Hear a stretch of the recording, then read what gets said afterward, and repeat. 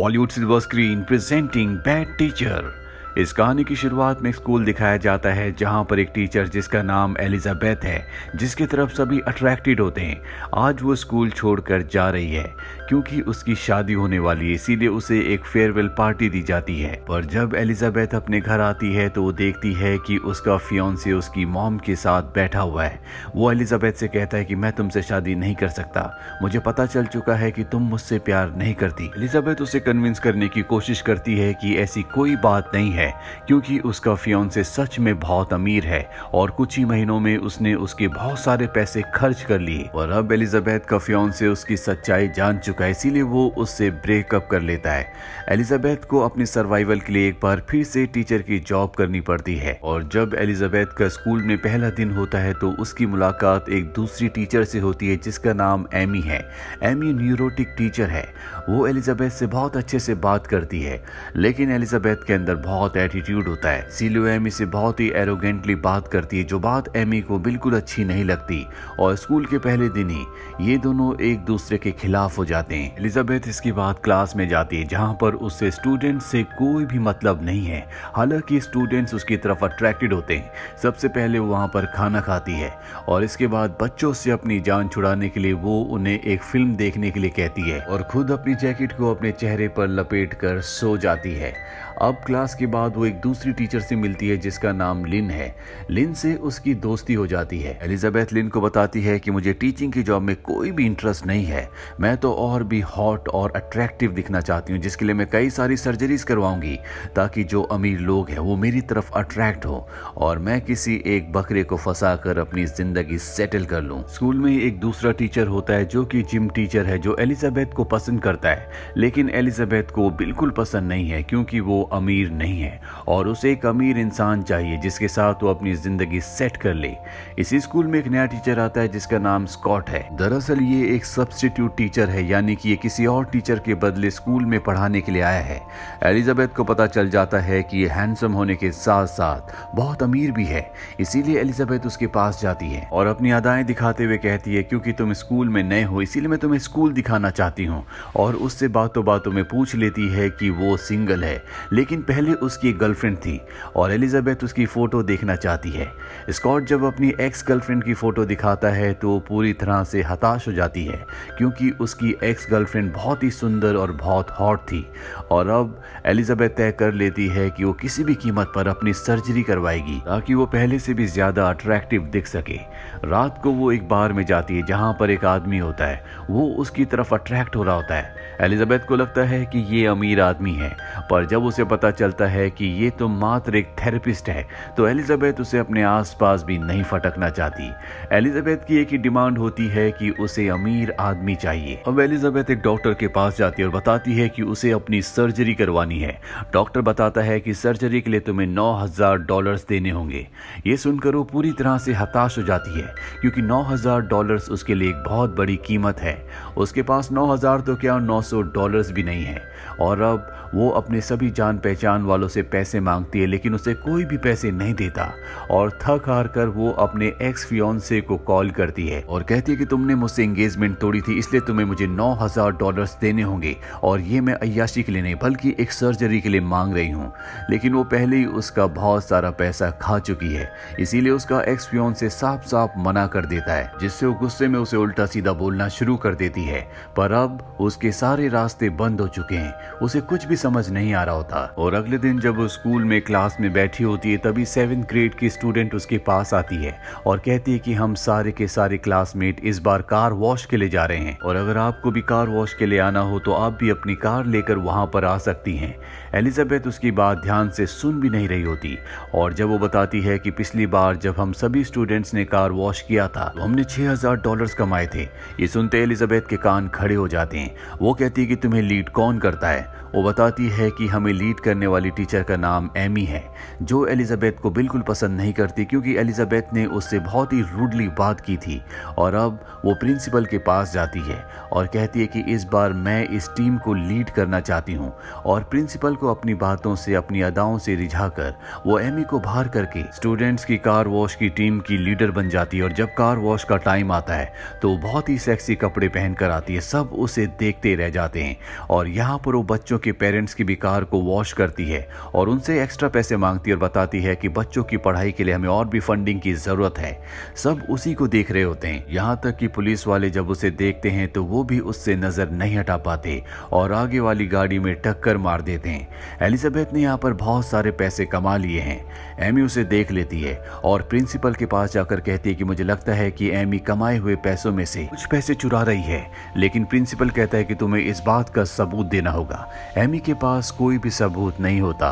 वहीं एलिजाबेथ के पास कुछ पैसे तो आ गए हैं, लेकिन ये उतने पैसे नहीं है जिससे वो अपनी सर्जरी करवा सके। अब एलिजाबेथ को पता चलता है कि स्टूडेंट्स का एक स्टेट टेस्ट होने वाला है और जो भी क्लास उसमें सबसे ज्यादा मार्क्स लेके आएगी उस क्लास की टीचर को 5000 कुछ डॉलर्स मिलेंगे। इसलिए एमी तय करती है कि अब वो अपने स्टूडेंट्स को सीरियसली पढ़ाना शुरू करेगी। वो सबको पढ़ाना शुरू करती है। दरअसल वो उन्हें एक नॉवेल पढ़ा रही होती है, लेकिन टेस्ट में अब कुछ ही वक्त बचा है, इसीलिए बच्चे टेस्ट देने के बाद भी उसे जीत नहीं पाते। लेकिन ये फर्स्ट राउंड होता है, अभी फाइनल राउंड होना बाकी है और एलिजाबेथ किसी भी कीमत पर 5000 डॉलर्स कमाना चाहती है ताकि वो अपनी सर्जरी करवाकर और भी अट्रैक्टिव दिख सके। पर बच्चों का स्टेट टेस्ट में फर्स्ट आना बहुत मुश्किल है क्योंकि उनके पास इतना वक्त नहीं है कि वो सारे के सारे तैयारी कर सके। एलिजाबेथ एक प्लान बनाती है और तय करती है कि वो क्वेश्चन आंसर की जो शीट्स हैं उन्हें चुरा लेगी ताकि वो बच्चों को उसी चीज की तैयारी करवाए जो एग्जाम में क्वेश्चंस आएंगे। इसीलिए वो एक एजुकेटर के पास जाती है और उसे सीड्यूस करना शुरू करती है, जिसके बाद वो उसे उसके ऑफिस में ले जाती है और उसके ड्रिंक में कुछ मिलाकर उसे बेहोश करके उसके ऑफिस से उस क्वेश्चन आंसर की शीट को चुरा लेती है जो अब आने वाले एग्जाम में आने वाला है। और इस तरह से एलिजाबेथ की क्लास फर्स्ट आ जाती है, जिसके बाद उसे 5700 डॉलर्स मिलते हैं। अब उसके पास इतने पैसे हैं कि वो अपनी सर्जरी करवा सके। और इससे पहले कि वो अपनी सर्जरी करवाती उसे पता चलता है कि स्कॉट और एमी एक दूसरे को डेट कर रहे हैं। वो किसी भी तरह से इन दोनों को अलग करना चाहती है, एमी को अपने रास्ते से हटाना चाहती है। एलिजाबेथ को पता चलता है कि स्कॉट और एमी बच्चों को पिकनिक पर ले जाने वाले हैं और एलिजाबेथ ऐसा नहीं चाहती, इसीलिए वो एप्पल पर कुछ लगाती है और जब एमी उस एप्पल को खाती है तो उसे रिएक्शन हो जाता है, जिससे उसके चेहरे पर एलर्जी हो जाती है और वो पिकनिक पर नहीं जा पाती। एलिजाबेथ को उसके बदले भेजा जाता है। हालांकि एलिजाबेथ स्कॉट को चेस कर रही होती है, वो उससे शादी करना चाहती है, उसे डेट करना चाहती है। लेकिन यहाँ पर जिम टीचर भी होता है जो एलिजाबेथ को शुरू से पसंद करता है, वो एलिजाबेथ से प्यार करता है। इन दोनों के बीच में अच्छी खासी दोस्ती भी है, लेकिन एलिजाबेथ उसे डेट नहीं करती क्योंकि वो अमीर नहीं है। अब रात को दिखाया जाता है कि एलिजाबेथ और स्कॉट एक ही कमरे में होते हैं जहां पर एक दूसरे के क्लोज होते हैं और वो सब कुछ रिकॉर्ड करके एलिजाबेथ एमी को सेंड कर देती है ताकि उन दोनों का ब्रेकअप हो जाए। एमी को ये पता चल चुका होता है कि उसके चेहरे पर जो एलर्जी हुई है वो एलिजाबेथ की वजह से हुई है, इसीलिए वो उसका पर्दाफाश करना चाहती है। उसे पूरा यकीन होता है कि एलिजाबेथ के डेस्क में कोई ऐसे सबूत हैं जिनसे वो उसका पर्दाफाश कर सकती है, लेकिन वो लॉक्ड है, इसीलिए वो उसे खोल नहीं सकती। और जब आसपास कोई भी नहीं होता तो एमी अपने क्लासरूम के डेस्क को एलिजाबेथ के क्लासरूम में रख देती है और उसके डेस्क को अपनी क्लासरूम में, जिसके बाद वो कहती है कि मेरे डेस्क का ड्रॉर नहीं खुल रहा और अब उस ड्रॉर को खोला जाता है जिसके अंदर एमी को वो क्वेश्चन आंसर शीट मिल जाती है जो उसने उस एजुकेटर से चुराई थी जिसका नाम कार्ल है। और अब एमी के पास सबूत है। वो इस क्वेश्चन आंसर शीट को प्रिंसिपल के पास ले जाती है और इस बार प्रिंसिपल भी कन्विंस्ड हो जाता है क्योंकि इनके पास सबूत है। और प्रिंसिपल कहता है कि कार्ल को एलिजाबेथ के खिलाफ गवाही देनी होगी, तभी हम उसे दोषी ठहरा सकते हैं। इसके बाद एमी कार्ल के पास जाती है और उसे कहती है कि अगर तुमने सच नहीं कहा, एलिजाबेथ के खिलाफ गवाही नहीं की तो मैं तुम्हारा पर्दाफाश कर दूंगी, तुम्हें जेल भिजवा दूंगी। और वो एलिजाबेथ के खिलाफ गवाही देने के लिए मान जाता है। वहीं पिकनिक में एक स्टूडेंट को दिखाया जाता है जो अपनी क्लासमेट को पोएम सुनाकर प्रपोज करता है क्योंकि वो उसे पसंद करता है, पर वो लड़की बहुत सुंदर होती है इसीलिए वो उस लड़के का मजाक उड़ाती है। दरअसल ये एरोगेंट है, जिस बात से वो लड़का हर्ट होकर वहां से चला जाता है।